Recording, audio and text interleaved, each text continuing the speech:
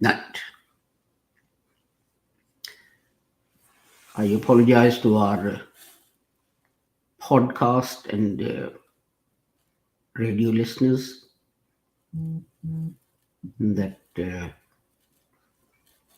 our TV wasn't broadcasting, but it should be broadcasting now. If someone can confirm that, a technician can confirm that, I'll be grateful. So, as I said, this is Thursday, 16th of March 2023. And in reflections on the Holy Quran, this is broadcast number 401, in which we'll discuss words of Al-Baqarah, chapter 2, verse 108. And this is the 8th broadcast in that series. And as I was saying,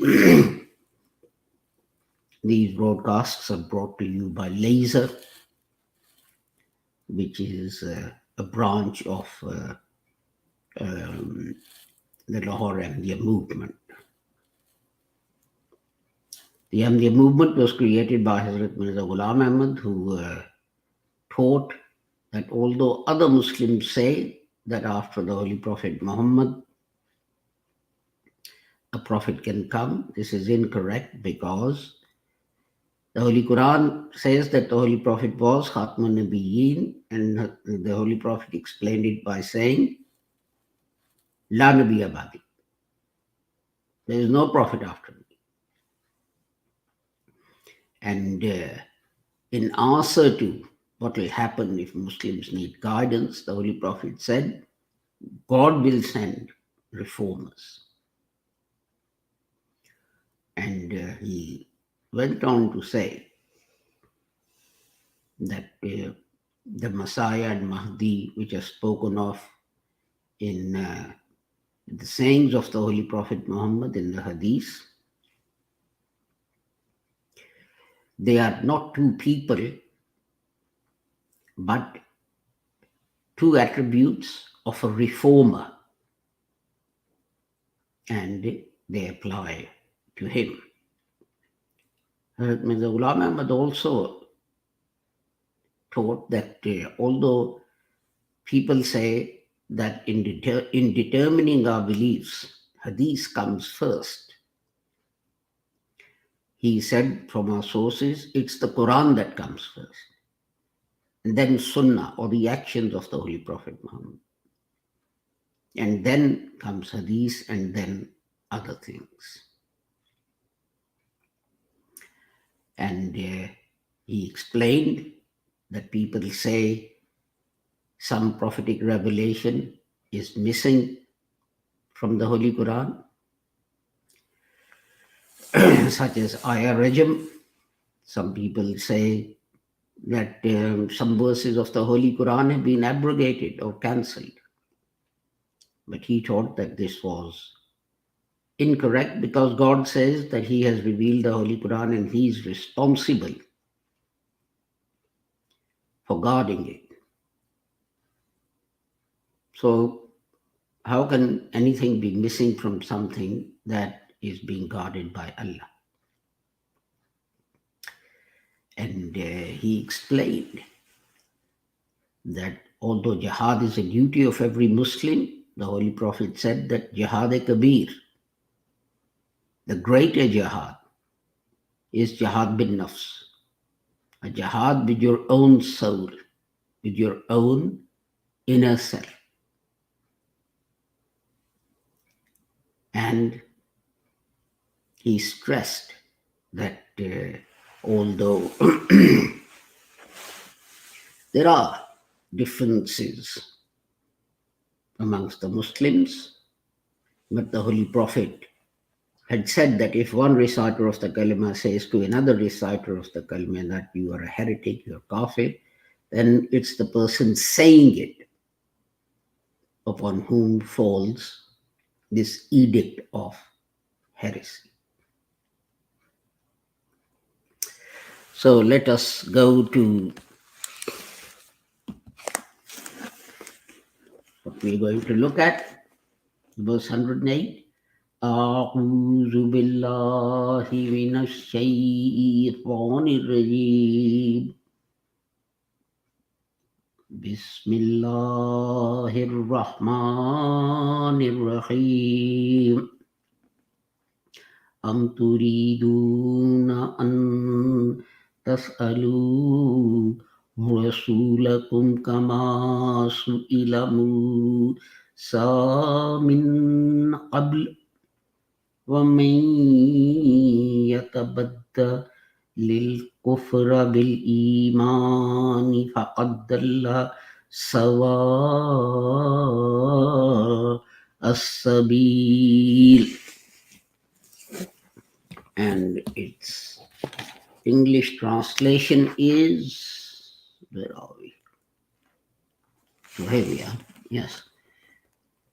Rather, you wish to question your messenger, as Moses was questioned before. And whoever adopts disbelief instead of faith, he indeed has lost the right direction of the way. So today we are going to look at two words, the first of which is faqad. So let me find my notes.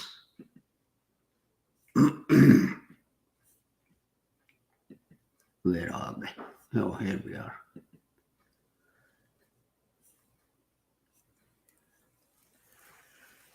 Faqad, although I said word, is actually an expression, like many Arabic words.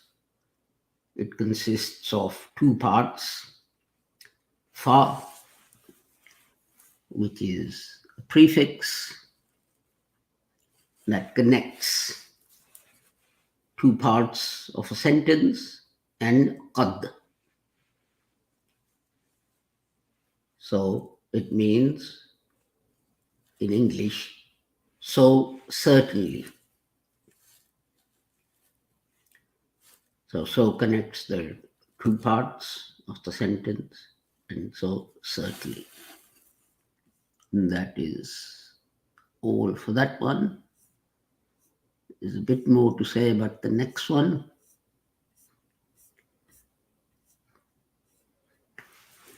Which is dalla. Its root is Dwad Lam Lam.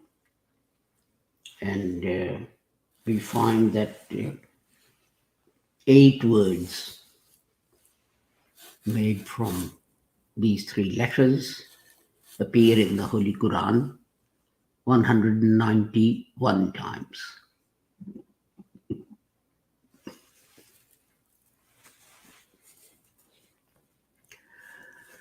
Uh, 64 times as Adalla and 54 times as Dalla and 38 times as the noun Dalal and 14 times as Dal, and then fewer times than that. And it means to lose, especially to lose your path, to go astray, to leave the right path, to make a mistake, to err. In various places, the translation is, they have strayed, you go astray, he strayed and lost, he strays, etc., etc. So generally the meaning is leaving the right path and going off in the wrong direction. So ad-dalalu, it means, as I was saying, to leave the right path, the right way. or literally speaking in Urdu and Arabic, they say the straight path. And it is the opposite of guidance, Hidayat. And the Holy Quran says in, where are we? Chapter 17, verse 15, that if you accept guidance, then you accept it for your own benefit. And if you go astray, then the harm of going astray, you will suffer the harm of going astray. And this sort of going astray or leaving the right path applies to everything. It may be deliberate, it may be through forgetfulness, maybe something simple, it may be something quite significant, etc.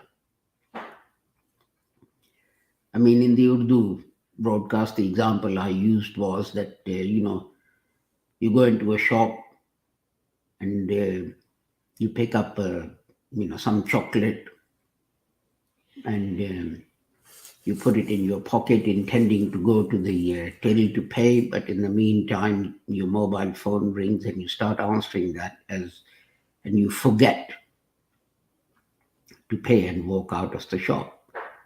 Now that is done by forgetfulness, and it's a minor transgression, but it's included in that. And on the other extreme, you might have someone who plans a bank robbery and buys arms and armaments for that and carries out the bank robbery and so on. Now that is obviously deliberate and that is much more serious. But the same, all of that is included in that. And in fact, like most Arabic words, its meanings are quite wide and include a wide range, so that we have to be careful and look at the context. But it includes astonishment, becoming confused, sort of losing the way and walking around or driving around or going around in a confused state, for something to disappear. And it also interestingly applies to a mixture of two things in such a way that you can't separate them. Such as if you have some milk and you put some water in it, then you can't separate them. Or, if you're making someone tea or coffee and you put milk in and then ask them, did you want milk in your tea or coffee? And even if they say no, there's not a lot you can do about it. But I guess you could make them another cup. But you can't separate the mixture. It also applies to, if you can't answer someone because, you've forgotten what the answer is. And all of it really, in a way, you can say that, it's like losing the right path. And in a way, you can think about it like being in a desert. Because remember, the Holy Quran was revealed to a people who lived in the desert, and many of the examples and things are given to those people. So they necessarily contain illustrations from what happens in the desert. So if you're in the desert and you find the wrong way, consequences can be quite serious. You can die because you don't know where you're going. And, water is essential, and it's only found in a few places. So it means that, the person who does this will die. So it means that, if anything is wasted, this word applies to that as well. And in chapter 93, verse 7, the Holy Quran says, Vavajadaka Dalan. And it's referring to the Holy Quran that in astonishment, he was wandering around trying to find the right path. Because he knew that the political, economic, and social structure as it existed, not just in Mecca, but in the world, couldn't survive. It was unjust, it was wrong. And he wanted a solution. And just like the example that I gave of the person wandering in the desert looking for water, he was wandering in the desert of idea, or in the desert of ideas, looking for water, looking for an answer. But the interesting thing is that the person that Allah picks to be a prophet, even before he's appointed a prophet, he's dissatisfied with the society. You see, compare this to other people. For example, most people, and these don't, but most people, when someone dies, they have this 40-day ceremony. Maulanas are called and people sit down and they recite the Holy Quran and so on, and then a substantial meal is served, etc., etc. And there's no sort of example of this being done when the Holy Prophet Muhammad sallallahu alaihi wasallam passed away, or his companions passed away, or the next generation passed away, that any of this happened. But people do it. Why? Because everyone else is doing it. What would people say? But a prophet is not impressed by that, the fact that everyone is doing it. He knows it's wrong, and he says, rather than do this, I'm going to try and find the right path.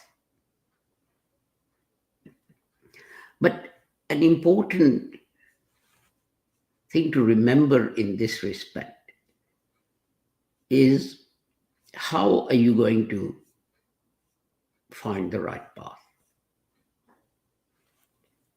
See, the way to find the right path would be to turn to God's guidance and see what God says. What does God want you to do? But this is not what people do. They ignore God's guidance. They ignore the Holy Quran. And they go to this person, and they go to that person, and they go to this peer and that Maulana, and so on. And sometimes they keep on trying until some peer, some Maulana, some religious leader gives them the answer that they're looking for. This is going astray, because you are not seeking guidance from God, but you're seeking guidance from human beings. And you keep on doing that. You go to Mr. A, and he answers your question, and you don't like the answer. This doesn't suit your situation. So you go to Mr. B and ask him, and then Mr. C, and you keep on doing that until you get an answer. that you like. And as the word says, you are stumbling about in darkness. You don't know what the real direction is because you're not consulting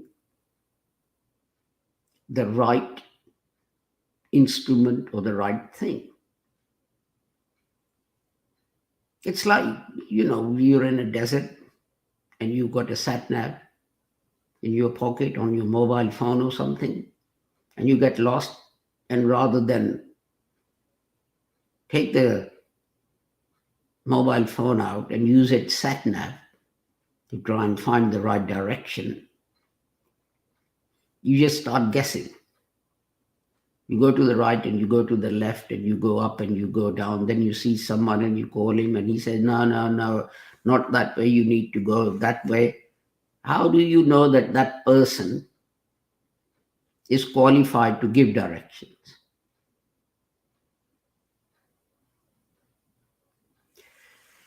And this is what happens. We always look for the easy way out.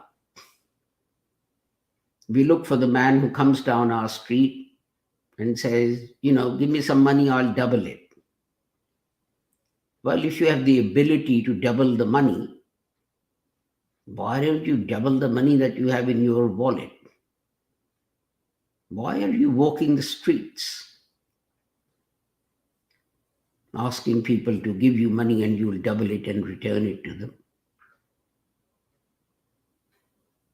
Because that's the easy way. That seems the easy way. You don't have to work very hard. You don't have to do anything. You don't have to change yourself.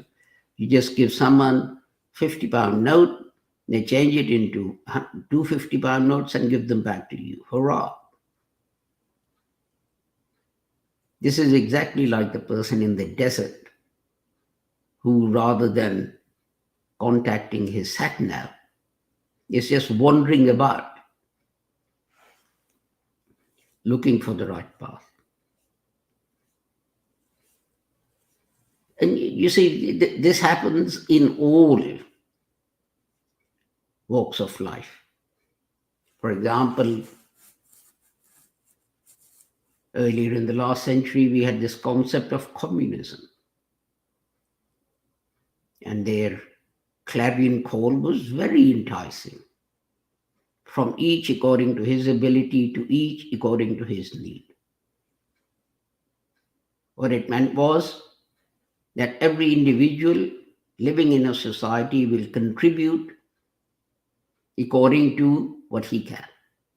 His skill, his intelligence, his knowledge. Okay, everyone will do that, whether it's a doctor or a lawyer or an accountant or whatever it is, an electrician, a bricklayer, whatever. But to each according to their need. So that meant that if the road sweeper had 10 kids and needed to live in a big house with, 6 bedrooms, but the doctor was single, then you will give that road sweeper the house with 6 bedrooms and the doctor will get maybe a 1-bedroom flat. See, how enticing is that? From each according to his ability, the doctor contributes his knowledge, his skill of medicine, maybe surgery, maybe whatever. The road sweeper, all he can do is sweep the roads, he contributes that. But to each according to their need. The road sweeper needs a 6-bedroom house, so he gets that. The doctor is single, he gets a 1-bedroom flat. But the question is this: did that actually happen? It didn't. And after wandering about in the desert, without guidance, without using sat-nav, following the wrong paths, communism eventually collapsed. And this was because people were just thinking and making up solutions to world problems rather than turning to God's revelation to find the solution to the world's problems. And even Surah Fatiha refers to that, and some people just say, it says, guide us on the right path and not the path of those who went astray. And people, God doesn't say that those who've gone astray belong to a particular region, and people guess and say it's this religion or that religion. God doesn't say that anyway. Why? Because Muslims can also, and have done and do, go astray and wander about in the wilderness looking for a solution, because they're not turning to the solution that was revealed to the Holy Prophet Muhammad by Allah, and we have with us in the form of the Holy Quran. That is it for today. Tomorrow is Friday, and inshallah we'll broadcast our Friday service. In the meantime, I take my leave of you with a prayer that whoever you are and wherever you may be, may Allah keep the whole of humanity free from harm and safe and sound. Assalamu alaikum, Khuda Hafiz, goodbye.